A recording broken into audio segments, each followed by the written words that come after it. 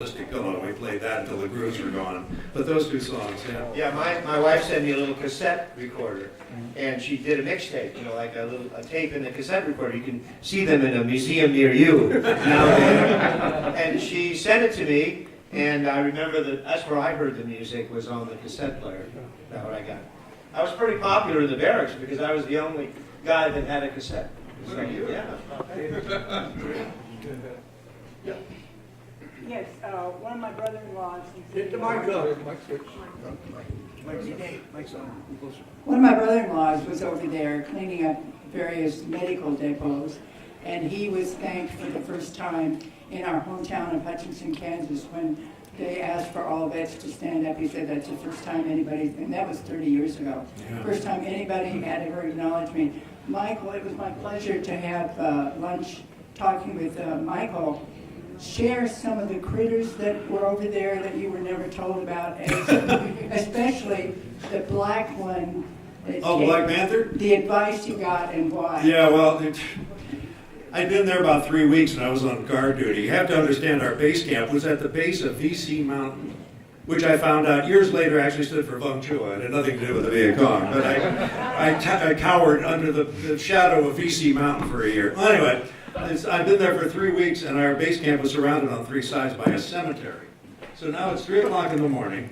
I'm out in the middle of nowhere, and I see two glowing eyes walking back and forth along the concertina wire, and I'm on the field phone going, "Oh, what in the world is this?" The sergeant says, "Oh yeah, that's the Black Panther."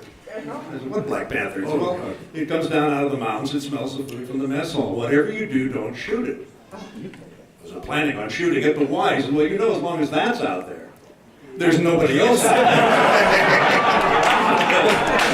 Good point. Nice kidding. My experience with I was sleeping, it was dark, and I couldn't see. And while I was asleep, the moon had come up, big full moon.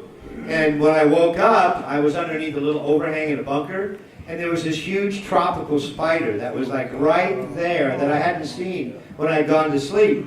And the wind was blowing him out, out, and I took out my .45 and I wasted that sucker. And all the guys thought we were being hit by the VC, so they all jumped up and were like one of these Mad Minutes, where they were just raking the jungle. What the hell happened, Edie? I said, that spider was right next to my face. You idiot! But I got him.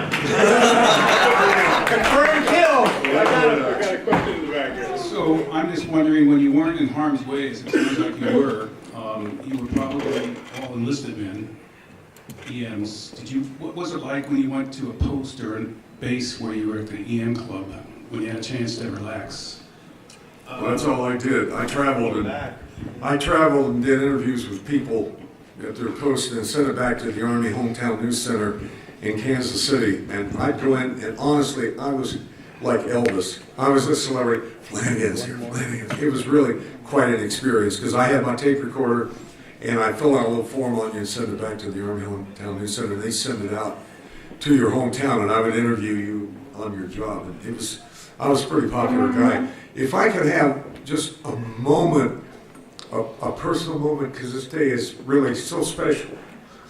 Somebody right here with me, my 15th birthday party. I asked her out to my 15th birthday party. She's the most beautiful thing I ever seen. And I had to say thank you because she went through Vietnam with me. Alcohol. She went through alcohol with me. The last about 15, 16 years, I've had congestive heart failure. It's getting worse and worse. And she's been there with me.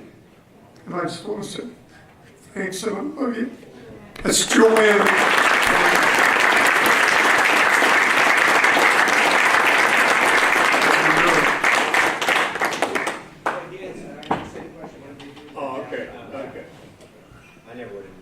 No, You never. No, the MPs did. If the MPs went into town, they were going to the clubs to look to see who and didn't have a pass.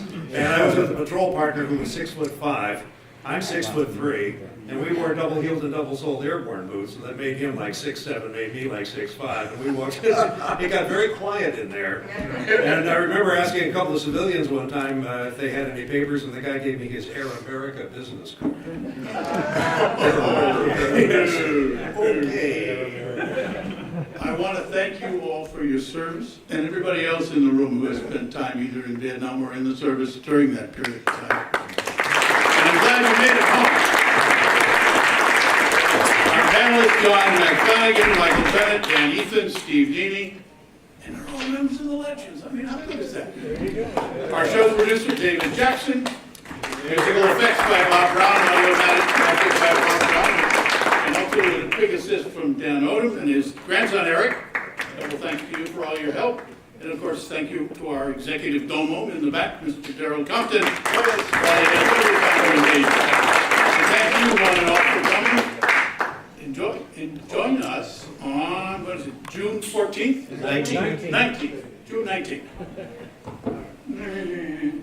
Yeah, right. For the legendary radio station that they haven't named yet because the coffers are still open. I think they take donations and that's how right.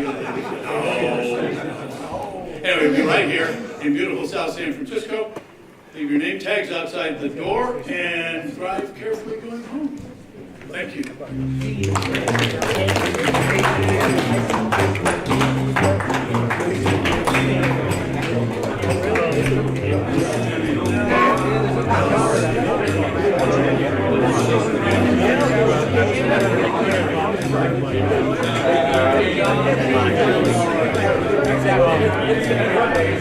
For your consideration. Don't tell me it's not my thing. Tell them. You're in charge of everything. I got one.